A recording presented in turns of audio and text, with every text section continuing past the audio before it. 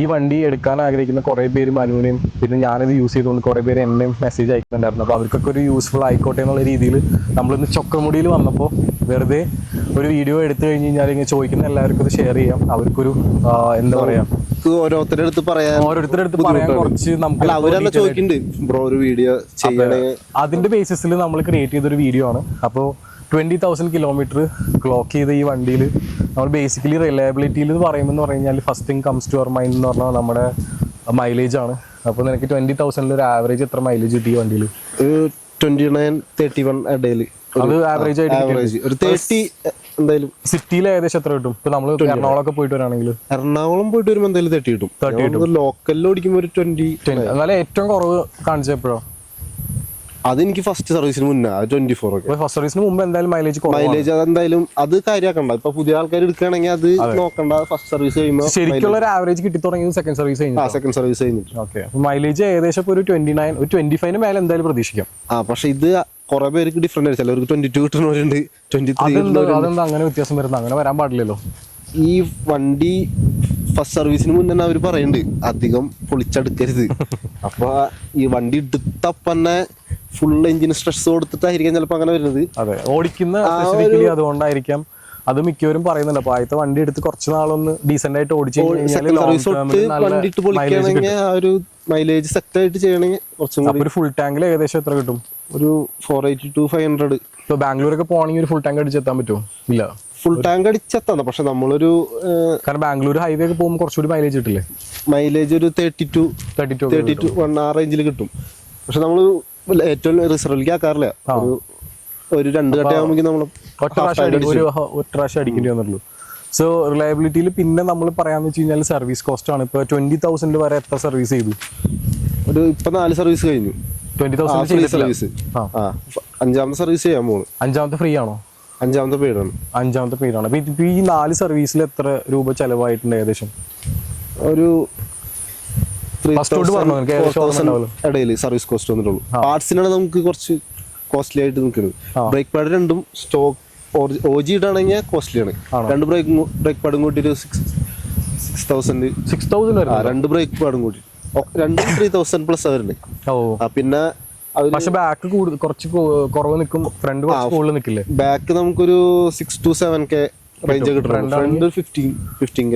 അപ്പൊ ഏകദേശം break പാഡിന്റെ cost കുറച്ച് കൂടുതലാണ് പഴയ ഹിമാലയനെ വെച്ച് നോക്കിയാൽ. പക്ഷെ ഞാൻ മാറ്റുന്ന സമയത്ത് ഇതിന്റെ ഒറിജിനൽ അല്ല OG മാത്രമേ ഉണ്ടായിരുന്നുള്ളൂ. പക്ഷെ ഇപ്പൊ ഒരു 1 ഇയർ കഴിഞ്ഞ കാരണം ആഫ്റ്റർ മാർക്കറ്റ് കുറെ ബ്രേക്ക് പാഡ്സ് അവൈലബിൾ. അതിന്റെ കോസ്റ്റ് ഒക്കെ എങ്ങനെയാ? അത് ചീപ്പാണ്, വളരെ ചീപ്പാണ്. 800 പക്ഷെ വ്യത്യാസം ഉണ്ടാവില്ലേ? പെർഫോമൻസിൽ വ്യത്യാസം ഉണ്ടാവും. പക്ഷെ സ്റ്റോക്ക് ഇത്രയും പ്രൈസ് വരുന്നു. സോ അതൊരു സർവീസ് കോസ്റ്റ് അപ്പൊ ഏകദേശം നമുക്കൊരു 3,000 to 4,000 നോർമൽ സർവീസ് കോസ്റ്റ് ആണെങ്കിൽ ഓയിൽ ചേഞ്ച് സർവീസിൽ ഓയിൽ ചേഞ്ച് വരുന്നത് എല്ലാത്തിലും വരുന്നുണ്ടോ? അല്ല, 10,000 ഓയിൽ ചേഞ്ച്. എല്ലാ 10,000 ഫസ്റ്റ് സർവീസിൽ ഓയിൽ ചേഞ്ച് വരും. അത് കഴിഞ്ഞിട്ട് 10,000 വരും. പിന്നെ 5,000 വെച്ചിട്ട് നമ്മൾ സർവീസ് ഇന്റർവൽസ് വരുന്നത്. അതിൽ ടോപ്പ് അപ്പ് മാത്രമേ ചെയ്യുള്ളൂ. 10,000 ആകുമ്പോൾ മാത്രം അവർ ഓയിൽ ചേഞ്ച് ചെയ്യുന്നു. പിന്നെ ഇഷ്യൂ വരുന്നത് ചെയിൻ ആൻഡ് സ്പ്രോക്കറ്റ് ആണ്. സോക്കറ്റ് ഇതുവരെ പറ്റിയിട്ടില്ല. ഞാൻ ക്ലീൻ ആയിട്ട് കൊണ്ട് നടക്കുന്ന ലൂബ് ചെയ്ത് കറക്റ്റ് ആയിട്ട്. അപ്പൊ എനിക്ക് ഇതുവരെ 20,000 ആയിട്ടും ഞാൻ മാറ്റിയിട്ടില്ല. പെർഫോമൻസിലധികം മാറ്റം വന്നിട്ടില്ല. പിന്നെ കോൺസെപ്റ്റ് ഇടയ്ക്ക് ലൂസ് ആവുന്നുണ്ട്. അത് ഞാൻ ഷോറൂമിൽ തന്നെ ടൈറ്റ് ആയി. പിന്നെ ഇപ്പൊ നമ്മള് ഹിമാലയൻ ഫോറസ്റ്റുള്ള കുറെ പേരായിട്ട് കമ്പനി ഉണ്ടല്ലോ. മെയിൻ ആയിട്ട് ഇതിനകത്ത് വന്ന ഇഷ്യൂസ് എന്തായിരുന്നു? നിനക്കും എല്ലാവർക്കും കോമൺ ആയി എല്ലാരും പറയുന്നത് എഞ്ചിൻ നോയ്സാ. പക്ഷെ അതൊരു പരസ്യമായ സത്യമാണ്. അപ്പൊ അത് പ്രോബ്ലം അല്ല. പക്ഷെ കുറെ പേര് അത് ഭയങ്കര നെഗറ്റീവായിട്ട് പറയുന്നുണ്ട്. പക്ഷെ നമുക്ക് ഹെൽമെറ്റ് ഒക്കെ വെച്ച് ഫുൾ ജാക്കറ്റ് അറിയാൻ പറ്റൂ. നമ്മൾ അങ്ങനെ ടൂർ ചെയ്യുന്ന സമയത്ത് അറിയാൻ പറ്റില്ല. ലോക്കൽ ഓടിക്കുമ്പോൾ കൂടുതൽ അറിയാം. അത് ഈ ഹിമാലയനിൽ റോയൽ എൻഫീൽഡിന്റെ കൂടെ ഉള്ളതാണ്. അക്സെപ്റ്റ് ചെയ്തിട്ട് തന്നെ എടുക്കുക. അത് എടുക്കണവരൊന്ന് അത് കാര്യമാക്കണ്ട. അതെല്ലാം വണ്ടി ഷോറൂമുകാരൊക്കെ പറയണ്ട, അതൊന്നും ചെയ്യാൻ പറ്റില്ല. പിന്നെ ഇതിനകത്ത് പിന്നെ റിലയബിലിറ്റിയും ഇതൊക്കെ പറഞ്ഞു കഴിഞ്ഞാൽ പിന്നെ ഇതിനകത്ത് മെയിൻ ആയിട്ട് വരുന്നത് നിന്റെ കംഫർട്ടാണ്. ടൂറിംഗ് എക്സ്പീരിയൻസ് ടൂറിങ്ങിന് അടിപൊളിയാണ്. അതെ, എനിക്ക് അതാണ് എന്റെ മെയിൻ പർപ്പസ്. അതാണ് പില്ലിനെ വെച്ച് ടൂർ ചെയ്യാൻ നല്ല കംഫർട്ടാണ്. ബമ്പി ആയിട്ടുള്ള റോഡ് സൈഡിലും പോർട്ടുകോളേഴ്സിനും യാതൊരു പ്രശ്നമില്ല. സസ്പെൻഷൻ അടിപൊളി. ഗോവയൊക്കെ പോയില്ല, അപ്പൊ ഈ സീറ്റ് അത്ര കംഫർട്ട് അല്ല എന്ന് പറയുന്നത്. അല്ല, ഇത് സ്റ്റോക്ക് സീറ്റ് ഞാൻ മാറ്റി. അത് ഇത്തിരി ഹാർഡാ ലോങ് പോകുമ്പോ. ഒരു 200 ഒക്കെ ആകുമ്പോഴേക്കും തരിപ്പ് വന്ന് തുടങ്ങും. ഇത് റോയൽ എൻഫീൽഡ് തന്നെ ടൂറിംഗ് സീറ്റ് വരും. ടൂറിംഗ് സീറ്റ് തന്നെ. ഇതൊരു 4K. പക്ഷെ അതിന് പില്ലൻ വന്നില്ല. പില്ലൻ വരുന്നുണ്ട്. ഓ അത് ഞാൻ മാറ്റിയില്ല. നമ്മളെ മെയിൻ പർപ്പസ് അത് 4K. ടയറും മാറ്റിയിട്ടുണ്ടോ അല്ലേ? ടയർ സ്റ്റോക്ക് ടയർ ഒരു 16K കിട്ടി നമുക്ക്. സിയറ്റ് നല്ല കോൺഫിഡൻസ് ഉള്ള ടയറാണ്. ഇത് ഏതിന്റെയാണ്? ഇത് മാക്സിസിന്റെ. എനിക്ക് മാറുന്ന സമയത്ത് ആ ടയർ അവൈലബിൾ അല്ലായിരുന്നു. ഞാൻ കുറെ നോക്കി, അത് കാരണം പിന്നെ ഇതിട്ടതാ. സോ ടയർ ഞാൻ ഇതുവരെ മാറ്റിയില്ല. മാറ്റേണ്ട ആവശ്യം ഈ സർവീസിൽ മാറ്റേണ്ടി വരും. 20,000 അതിന്റെ ആവശ്യം തോന്നില്ല. അപ്പൊ ഓവറോൾ എന്തായാലും ഹാപ്പിയാണ് വണ്ടി എടുത്ത് 20,000.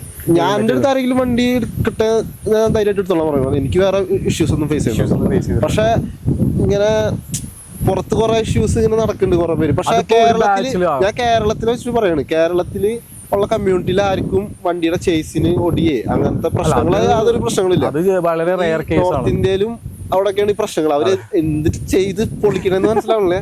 അതെല്ലാത്തോടെ ഉണ്ടാവാറുണ്ട്. അവര് ക്രാഷ് കാർഡൊക്കെ ആഫ്റ്റർ മാർക്കറ്റ് ചെയ്യുമ്പോ നെറ്റിന് ഒക്കെ ഓവർടൈറ്റ് ചെയ്തിട്ടാവാം. അതുകൊണ്ടായിരിക്കാം.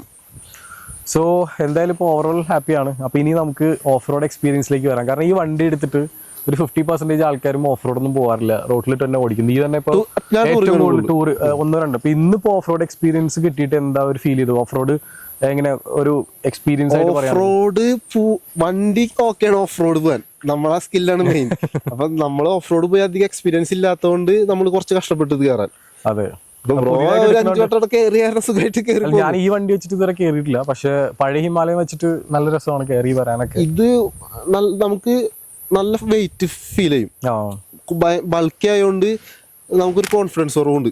ഇതെങ്ങനെ കേറും. പക്ഷെ ഇത് വെച്ച് ഓഫ് റോഡ് ഒരു പ്രാവശ്യം മറിച്ചിട്ടുണ്ടല്ലേ? അതിന്റെ വീഡിയോ നമ്മുടെ വ്ളോഗിൽ കിടപ്പുണ്ട്. അത് ആവശ്യമുള്ളവർക്ക്. വണ്ടിക്ക് വേറെ പ്രശ്നങ്ങളൊന്നും ഇല്ല. കാരണം നമ്മൾ ബേസിക്കലി ഓഫ് റോഡ് ചെയ്യുമ്പോൾ ഹാൻഡ് ഗാർഡും ക്രാഷ് ഗാർഡും ഗാർഡ്സ് എല്ലാം വെച്ച് കഴിഞ്ഞാൽ അധികം പേടിക്കേണ്ട ആവശ്യമില്ല. അപ്പൊ ഇന്നലെ തന്നെ അവൻ മറിച്ചിട്ടിട്ട് ഈ ഹാൻഡ് ഗാർഡ് കംപ്ലീറ്റ് പ്രൊട്ടക്റ്റഡ് ആയി. ഹാൻഡിൽ ബാറിന് ഒരു ഇഷ്യൂ ഇല്ല. ഇത് ലിവറിനും ഒരു ഇഷ്യൂ ഇല്ല. ടാങ്ക് അതെ, ഇത് ഉള്ളതുകൊണ്ട് വേറെ ഇഷ്യൂസ് ഒന്നും ഇല്ല. പക്ഷെ ഓഫ് റോഡ് നേരത്തെ അവൻ പറഞ്ഞ പോലെ സ്കിൽ ഡിപ്പെൻഡന്റ് ആണ്. കാരണം നമ്മുടെ കൂടെ വന്ന മോജോ സിമ്പിൾ ആയിട്ട് നമുക്ക് വീണാലും ഒരു പ്രശ്നം. വണ്ടിക്ക് ഇപ്പൊ എന്ത് പറ്റിയാലും പ്രശ്നം. വണ്ടിയാണ്. അപ്പൊ ചരിഞ്ഞ് കഴിഞ്ഞാൽ എന്തായാലും വെക്കാം. നമ്മൾ ഓവർ സ്ട്രെയിൻ പിടിച്ചിരുത്തി കാലിന് മസിൽ കയറി പോവാനും അടുത്ത വണ്ടി ഓടിക്കാനും പറ്റില്ല, ഒന്നും ചെയ്യാൻ പറ്റാത്ത അവസ്ഥ വരണ്ടല്ലോ. അതെ. അപ്പോൾ അത്രയൊക്കെയാണ് നമ്മുടെ ഹിമാലയൻ 450യുടെ വിശേഷങ്ങൾ. ഒരു അടിപൊളി വണ്ടിയാണ്. ഭയങ്കര പർപ്പസ്ഫുള്ളി ബിൽറ്റ് ആയിട്ടുള്ള ഒരു വണ്ടിയാണ്. എല്ലാവർക്കും പറ്റുമെന്ന് ചോദിച്ചാൽ എല്ലാവർക്കും പറ്റില്ല. പക്ഷേ സ്പെസിഫിക് ആയിട്ടുള്ള ആൾക്കാർക്ക് ടൂർ ചെയ്യാൻ പറ്റുന്ന ഒരു വണ്ടിയാണ്, ഓഫ് റോഡ് ചെയ്യാൻ പറ്റുന്ന ഒരു വണ്ടിയാണ്. റിലയബിലിറ്റിയും കാര്യങ്ങളൊക്കെ ഈ ഒരു സെഗ്മെന്റിൽ നോക്കുമ്പോൾ റോഡിന് അടിപൊളിയാണ്. കേരളത്തിലെ റോഡ് അത് കേരളത്തിൽ ഇത് നല്ലോണം വിറ്റ് പോകാനും കാരണം അത് തന്നെയാണ്. പിന്നെ once in a lifetime പിന്നെ once in a lifetime എല്ലാവരും ആഗ്രഹം പറഞ്ഞ സ്വന്തം വണ്ടിയിൽ ലേഡൊക്കെ പോകണമെന്ന് പറഞ്ഞത് ഒരു എക്സ്പീരിയൻസ് തന്നെയാണ്. അതൊക്കെ പോവാൻ ലോങ് പോവാൻ എന്തെങ്കിലും വണ്ടി സെറ്റാണ്. അപ്പോൾ ഇതിന് എന്തെങ്കിലും ഡീറ്റെയിൽസ് കൂടുതലായിട്ട് അറിയണമെങ്കിൽ കമന്റ് ചെയ്ത് നമ്മൾ വേറെ വീഡിയോ ആയിട്ട് ചെയ്യാം. നന്നായിട്ട് മെയിൻറ്റെയിൻ ചെയ്ത് പോവാണെങ്കിൽ 30+ എന്തായാലും കിട്ടും. അതെ, മൈലേജ്. സോ അപ്പോൾ അത്രയൊക്കെ ഉള്ളൂ. Thank you so much for watching. See you on the next video. By.